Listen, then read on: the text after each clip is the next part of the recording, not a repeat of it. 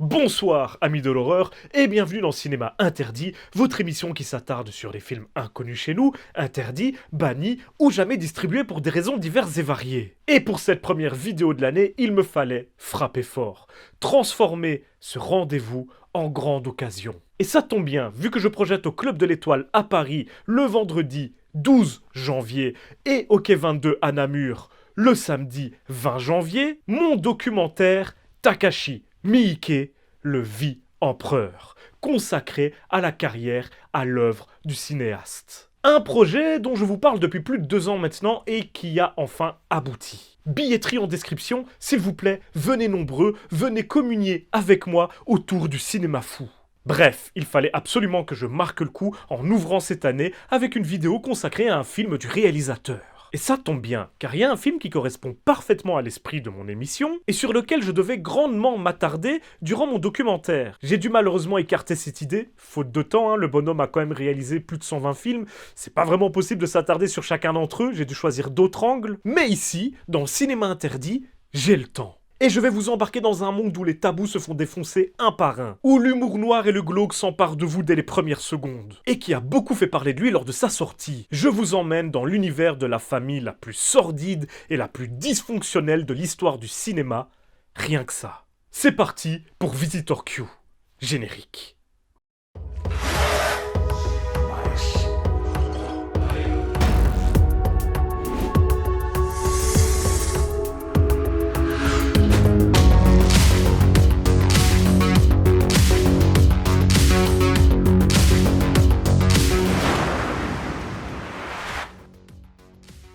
Sorti en 2001, le même jour que Family, un autre film de Miike, ce qui est tout de même exceptionnel même pour lui, en tant que 6e et dernière partie de Love Cinema, une série de films sur l'amour tournés en vidéo par des réalisateurs indépendants destinés à une diffusion très restreinte uniquement dans la minuscule salle de cinéma Shimokizawa de Tokyo. L'objectif de ce projet était de promouvoir les bienfaits de la vidéo pour le tournage de longs métrages, des avantages tels qu'une extrême mobilité de caméra et la possibilité de travailler même avec une lumière non idéale. Ces conditions particulières furent l'occasion pour Miike de tourner un film qui présente plusieurs caractéristiques du faux documentaire, alors même qu'il adopte des éléments qui semblent contraires à cette idée, tels que du surréalisme ou de la comédie noire, qui paraissent donc en totale contradiction avec la recherche du réalisme supposé d'un documentaire. Puis, comme Tom Mess l'indiquait à juste titre, Visitor Q est la preuve de l'approche tout sauf calculatrice de Miike, qui sortait depuis peu de la production de The City of Lost Souls, qui était à l'époque le budget le plus conséquent avec lequel il avait pu travailler, mais acceptait alors, après, le projet Visitor Q et ses $60 000 de budget total. Juste ridicule pour du cinéma. Et ce, même si c'est de la vidéo, bien entendu. Et malgré un faible budget, le film propose une distribution intéressante. Dans le rôle principal, celui du père, nous pouvons retrouver Kenichi Endo, l'un des acteurs fétiches de Miike, et il fallait bien cela pour le convaincre de jouer un tel rôle pour si peu d'argent. Vous l'avez aussi vu dans The Raid 2, ce qui est toujours une ligne très cool sur un CV également. Kazuchi Watanabe joue le visiteur qui donne son titre au film et est une grosse star au Japon. Et Shunjiku Uchida, une artiste pluridisciplinaire à l'univers atypique, interprète la mère de notre famille de fous furieux. Enfin, citons l'immense Shoko Nakahara qui joue le rôle de la patronne du père, une habituée des seconds rôles difficiles au Japon et que j'ai eu la chance de rencontrer il y a quelques mois pour une interview. Il va sans dire que cette interview aura été utile pour l'écriture de cette vidéo. De même que celle que j'ai pu réaliser de Takashi Miike lui-même dans le cadre de mon documentaire. Si ça vous donne pas envie de venir nous rejoindre à Paris ou à Namur pour découvrir le documentaire en salle, je ne sais pas ce qu'il vous faut. Bref. Visitor Q nous fait suivre la famille Yamazaki, pour le moins dysfonctionnelle. Le père est un minable qui échoue à remplir à la fois son rôle de papa et celui d'homme, et voit dans son travail pour une chaîne de télévision, dans lequel il est également nullissime, la seule façon de fuir ses échecs. La mère se drogue et se prostitue, ne ressent plus aucun plaisir à tenir son rôle maternel et n'a aucune autorité sur ses enfants, notamment son fils qui la bat constamment. Celui-ci déverse sa colère contre elle, lui qui se fait harceler et humilier en permanence par ses camarades lycéens dans l'indifférence générale. Quant à la fille, fugueuse, elle se prostitue également, ce que sait pertinemment sa famille qui s'en moque. À tel point que le film s'ouvre avec une scène du père qui l'interviewe elle, sur ce que l'on pourrait appeler son lieu de travail, pour un documentaire sur la jeunesse actuelle dans le cadre de son boulot, avant de coucher avec elle et de la payer pour la prestation. Ouais, le film ne prend pas de gants et annonce la couleur d'entrée de jeu. Une scène d'ouverture qui a de quoi interloquer et qui résume parfaitement le ton du film tout entier. Cette famille semble se diriger tout droit vers l'autodestruction, jusqu'à ce qu'un visiteur inconnu, qui donne donc son titre au film, leur rende visite et se mette à interagir avec eux de façon très étrange, peut-être dans le but de leur permettre de trouver un équilibre dans leurs relations les uns avec les autres. Il y a tellement de choses à dire sur ce film atypique que je ne sais pas forcément par où commencer. Car outre cette première scène d'inceste, Visitor Q enchaîne les tabous et les séquences choquantes, avec de la nécrophilie, de la prostitution de la part de la fille, certes, mais également de la mère, du harcèlement scolaire qui tourne à l'agression permanente, l'adolescent qui se venge sur sa mère en la battant constamment, des scènes à base de tétage de mamelles et de lait maternel, du viol, du meurtre, du caca, des humiliations sexuelles en tout genre, bref, il y en a pour tous les goûts. Mais concentrons-nous tout d'abord sur son format, clairement pas choisi au hasard. Si Miike adopte cette approche de pseudo-documentaire, c'est, au-delà de l'idée de profiter du format vidéo, évidemment pour inclure le spectateur de façon encore plus immersive dans son récit et de jouer avec différents niveaux de réalité. Mais le réalisateur ne se contentera pas de cette forme très spécifique et poussera cette idée d'inclusion du spectateur dans le film à plus d'un titre, comme nous le verrons au fur et à mesure. Comme vous l'aurez constaté, l'exagération est le maître mot de Visitor Q, et ce n'est pas pour rien. Miike l'utilise ici comme un outil pour provoquer des émotions chez son audience et traiter le thème de la famille, cher à sa filmographie, mais de façon néanmoins inhabituelle pour lui. Plutôt que de traiter un groupe qui va se désagréger peu à peu au fil du film pour aller jusqu'à sa destruction totale, un peu comme le clan Yakuza de Kakihara dans Ichi the Killer, ici, le point de départ nous présente une famille déjà en situation critique et nous allons voir le visiteur tenter de les rapprocher, de les sauver, comme le ferait une version perverse et intrusive de Mary Poppins. Et contrairement à ce que l'on pourrait croire, Visitor Q n'est pas tant que ça un film d'exploitation. Si l'exagération qui l'anime amène des tas de situations sexuelles ou humiliantes qui pourraient nous y faire songer, elles sont toutes justifiées par l'intrigue, le discours et les objectifs du film. La structure familiale n'est pas choisie au hasard non plus. Elle est utile car chacun des personnages est avant tout défini par son statut au sein de la famille, qu'il fait passer avant ses propres émotions une idée très japonaise de la position sociale, finalement. Ainsi, quand la mère se fait littéralement tabasser par son fils, une fois la raclée terminée, elle reprend immédiatement son rôle de maman et se met à nettoyer la cuisine, et avec le sourire, s'il vous plaît. Démunie face à cette situation, elle fait comme tout le reste de la famille, comme si de rien n'était. La présence de la caméra subjective dans le récit est due au travail du père qui doit tourner un documentaire sur la jeunesse, un sujet ironique vu qu'il n'arrive pas à communiquer avec ses propres enfants. Et justement, avec un premier échec ridicule qui s'est terminé par une déculottée orchestrée par un groupe de jeunes qu'il interviewait, il décide de se tourner vers ses propres enfants et d'aller filmer le travail sexuel de sa fille et le harcèlement que subit son fils. Ce choix est la seule façon qu'il trouve pour pouvoir se rapprocher de ses enfants, lui qui ne sait pas comment s'intéresser à eux, ne sait pas leur parler, et le prétexte du travail est le seul qui lui permet d'avoir ce courage-là. À plusieurs moments durant le film, nous pouvons l'entendre parler à voix haute, en tant que narrateur de son documentaire, et se demander ce qu'il devrait ressentir, par exemple, devant les scènes d'agression dont son propre fils est victime. Certes, cela prouve qu'il ne ressent rien en le voyant subir ce genre d'acte odieux, mais cela montre surtout qu'il aimerait ressentir quelque chose, qu'il essaye. Ça ne vous paraît peut-être pas être grand-chose, mais c'est très important car cela caractérise l'évolution du personnage, crucial pour comprendre le point de vue du film. Même la scène d'ouverture extrêmement explicite n'est pas gratuite, en dépit des apparences. S'il va jusqu'à coucher avec sa propre fille, c'est pour symboliser le vide de sa vie sentimentale et sexuelle.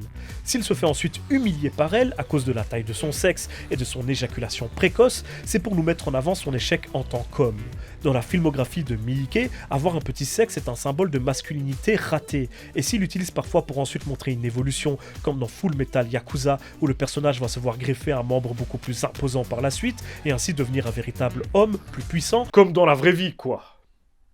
Plus sérieusement, c'est vrai que la taille du zizi a une importance significative dans plusieurs films de Miike, dans le sens où elle permet de caractériser un personnage très rapidement. Ce n'est pas tant une vision viriliste de la part du cinéaste, qu'une façon cinématographique de décrire très rapidement la virilité ou le manque de virilité d'un personnage. Yoku miyagare.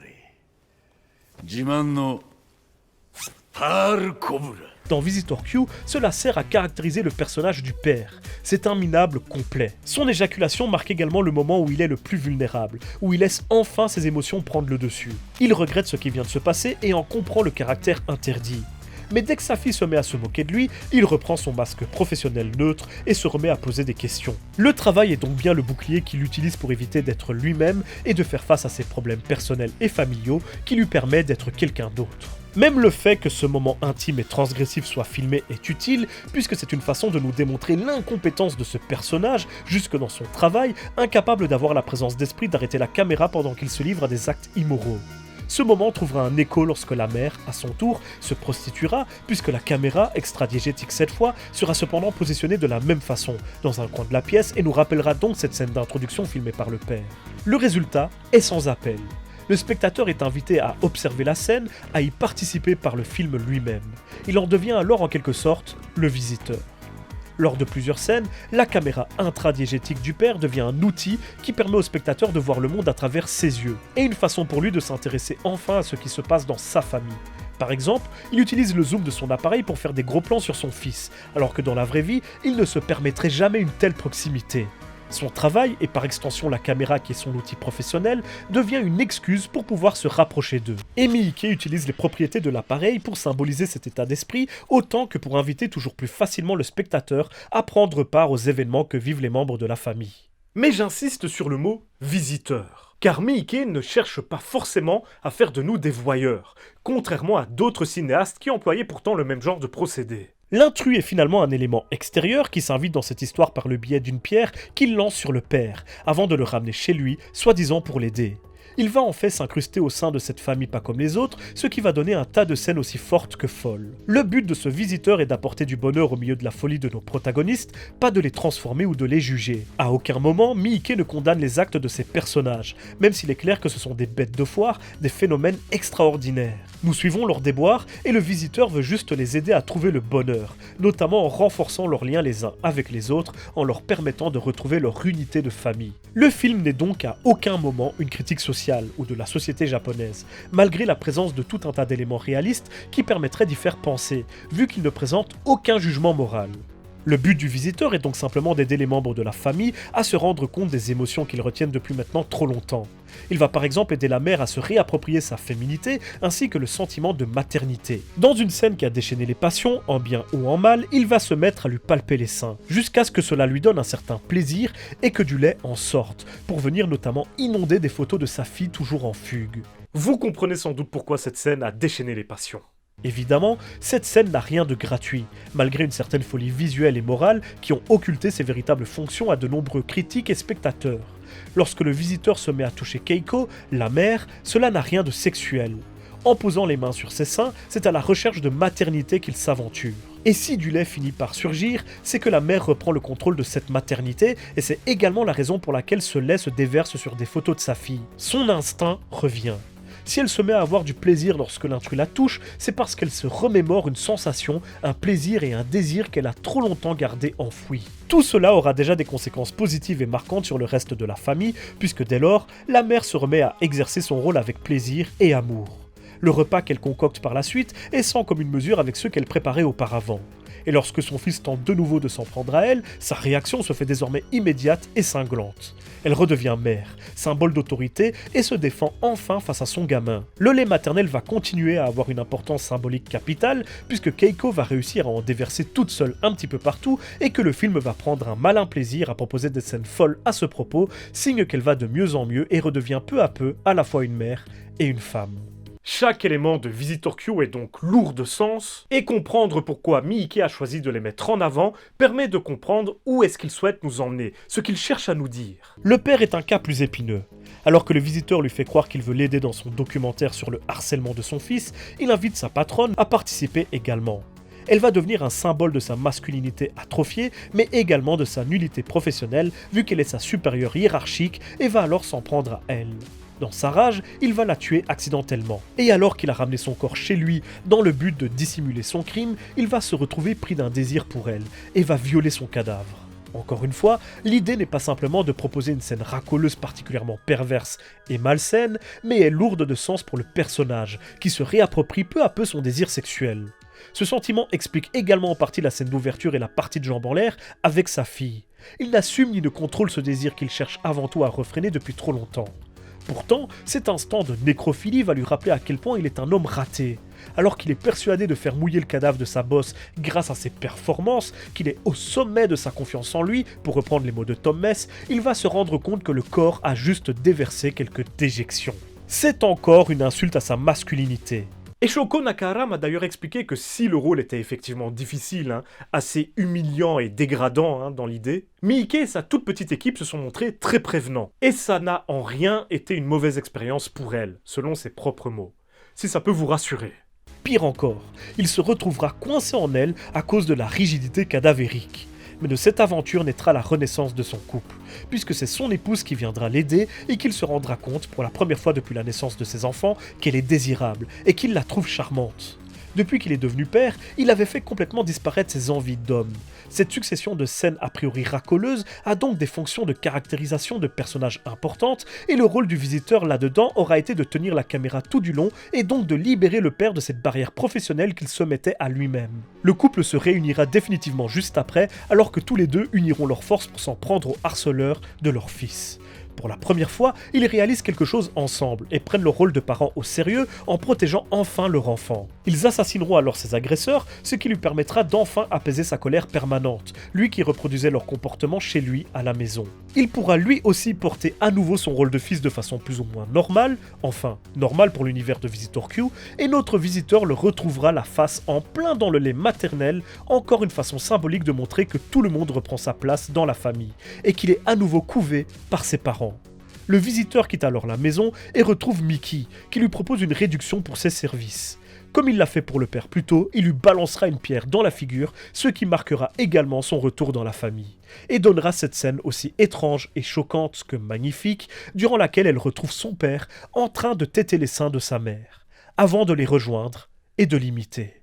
Ce n'est pas une blague, je trouve cette scène vraiment magnifique. Lourde de sens et très poétique. On retrouve un peu le même genre d'ambiance que dans Vase de noces, un film que j'ai également traité dans Cinéma Interdit.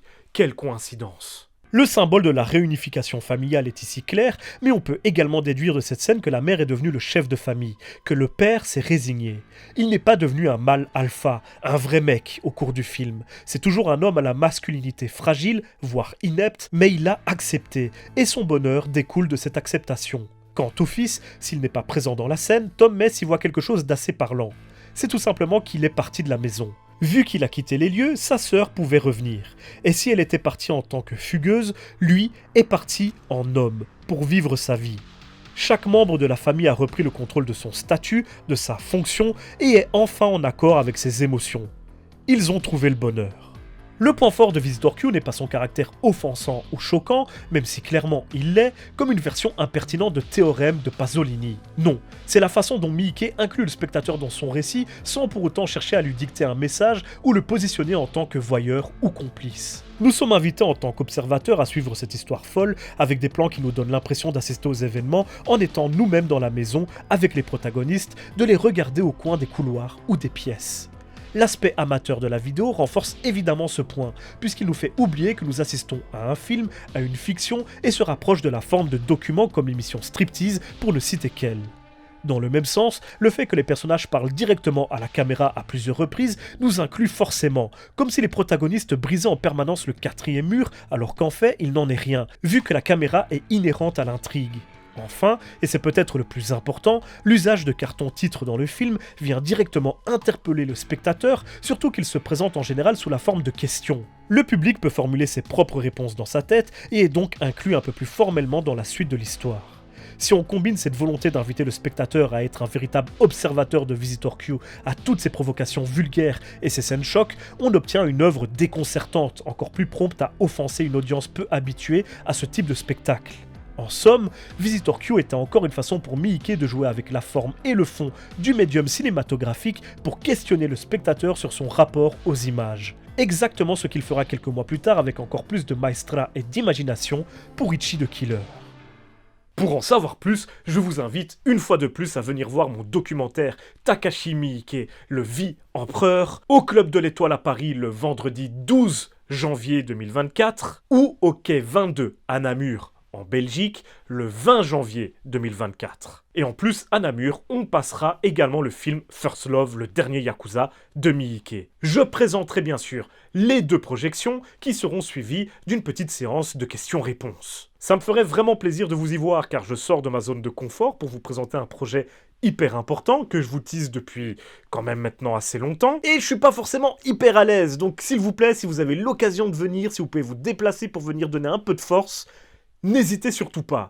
Tous les liens sont dans la description, les infos et la billetterie, donc foncez. J'espère qu'à travers cette vidéo, je vous aurai donné envie de vous intéresser un petit peu plus au travail du cinéaste et à ne pas considérer Visitor Q comme juste un modèle de provocation. Donc j'espère que je vous aurai donné quelques clés de compréhension qui vous permettront de considérer Miike comme plus qu'un simple provocateur, image qu'il a gagnée après quelques films un petit peu rentre-dedans. C'est là-dessus que s'achève cet épisode de Cinéma Interdit. J'espère qu'il vous aura plu. Dans tous les cas, nous, on se retrouve très bientôt pour une prochaine vidéo, et d'ici là, surtout n'oubliez pas, si vous avez peur, c'est que vous êtes toujours en vie. Bonne année à toutes et à tous.